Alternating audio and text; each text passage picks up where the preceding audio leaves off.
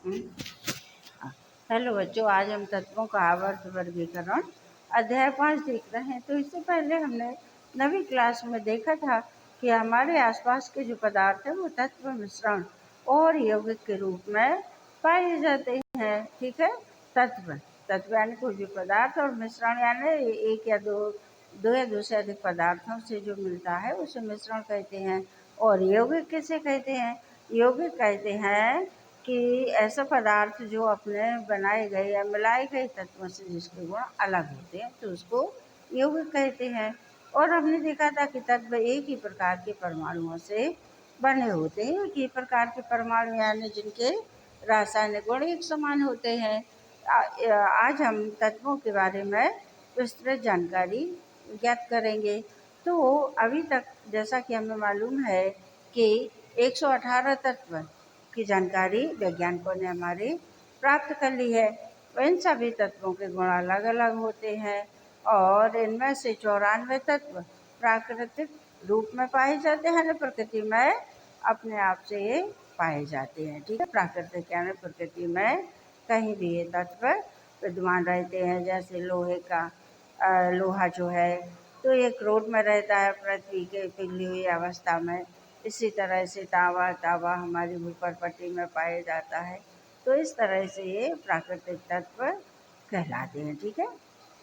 जैसे जैसे भिन्न तत्वों की खोज हो रही है, वैज्ञानिक इन तत्वों के गुण धर्मों के बारे में अधिक से अधिक जानकारी एकत्र करने में लग गए हैं। उन्हें तत्वों की इस जानकारी को व्यवस्थित करना बड़ा ही कठिन लगा। क्यों लगा? क्योंकि तत्वों के सबसे पहले उन्हें एक एक तत्वों के गुण धर्मों का बहुत ही बारीकी से अध्ययन करना पड़ा। ठीक है।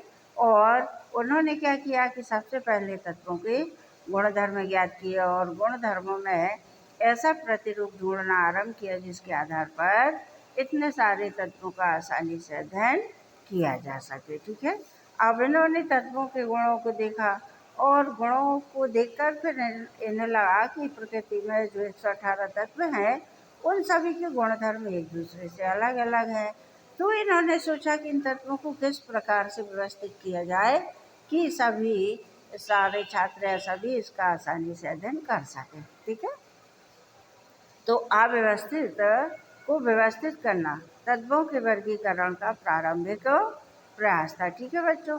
तो जैसे कि आपके घर से ही शुरू करते हैं कि आप अपने घर में देखा होगा कि आपका किचन का रूम अलग होता है, सोने का रूम अलग होता है, पढ़ाई का रूम अलग होता है, स्टोर रूम अलग होता है, और कोई आ जाए तो गेस्ट रूम आप अलग से करते हो, तभी आपका घर व्यवस्थित रहता है। अब मान लो कहीं कहीं भी खाना बना लिया, कहीं भी बैठ के पढ़ लिया, कहीं भी सो रहे हैं, कहीं भी गेस्ट को बिठा दिया, तो ये ऐसा अगर हम करेंगे तो अव्यवस्थित तरीके से हमारा घर जो है पूरा अस्त व्यस्त रहेगा। तो क्या करते हैं कि जैसे हम अपने घर को व्यवस्थित करते हैं कि किचन में जाएंगे तो हमें केवल बर्तन ही मिलेंगे, वो बनाने का सामान मिलेगा। बेडरूम में जाएंगे तो उसमें बिस्तर पलंग व्यवस्थित तरीके से मिलेंगे। इसी तरह से गेस्ट रूम में गेस्ट के लिए आवश्यक सुविधाएं और टीवी, सोफा, फर्नीचर वगैरह सब व्यवस्थित मिलेगा। तो इसी तरह से तत्वों के गुण धर्मों को देखकर वैज्ञानिकों ने क्या किया कि तत्वों को अलग अलग प्रकार से व्यवस्थित करना शुरू कर दिया। जैसे कि आप दुकानों पर जाते हो तो देखते हो कि दुकानदार प्रत्येक सामान को एक दूसरे से अलग रखता है, खाने वाली चीज़ों को अलग रखता है, नहाने का साबुन है, जैसे साबुन में भी अलग अलग नहाने का है, कपड़े धोने का है, या कौन सा किस कंपनी का है तो उसको भी अलग अलग रखता है। खाने के लिए बिस्किट हैं तो बिस्कुट अलग अलग प्रकार के बिस्कुटों को अलग अलग रैक में व्यवस्थित करके रखता है। ठीक है। इस शक्कर, चीनी है, नमक है, दाल है, इन सबको अलग अलग एक दूसरे से अलग व्यवस्थित रखता है ताकि आसानी से वो इनका उपयोग कर सके या ग्राहकों को दे सके। ठीक है। तो इसी तरह से तत्वों के गुण धर्मों को जब वैज्ञानिकों ने ज्ञात कर लिया तब उन्हें ये लगा कि अब इनको व्यवस्थित रूप से हमें जमाना होगा, तभी आगे वाले जो हैं वो इनका अध्ययन अच्छे से कर सकते हैं। ठीक है। तो सबसे पहले ज्ञात तत्वों को इन्होंने क्या किया कि धातु और अधातु में वर्गीकृत किया। सबसे पहले ज्ञात तत्वों को इन्होंने धातु और अधातु में वो किया, वर्गीकृत किया। तो जैसे जैसे तत्वों और गुण धर्मों के बारे में हमारा ज्ञान बढ़ता गया, वैसे वैसे ये वर्गीकृत करते गए। तो वर्गीकरण में सबसे पहले जो प्रयास किया वो थे डोबे राइनर। ये वैज्ञानिक थे जर्मनी के, ठीक है। तो डोबे राइनर का अतिरिक्त नाम से जो विख्यात है, तो 1817 में जर्मन वैज्ञानिक डोबे राइनर ने समान गुणधर्म वाले तत्वों को एक समूह में व्यवस्थित किया। डोबे राइनर ने क्या किया कि समान गुणों वाले तत्वों को एक समूह में व्यवस्थित करने का प्रयास किया। तो इन्होंने इसके लिए क्या बनाया कि 3-3 तत्वों का समूह इन्होंने बना दिया था, ठीक है। और उसी आधार पर इन्होंने तत्वों को एक साथ एक समूह में रखा, ठीक है। इन्होंने बताया कि त्रिक के तीनों तत्वों को उन्होंने परमाणु द्रव्यमान के आरोही क्रम में रखा, ठीक है।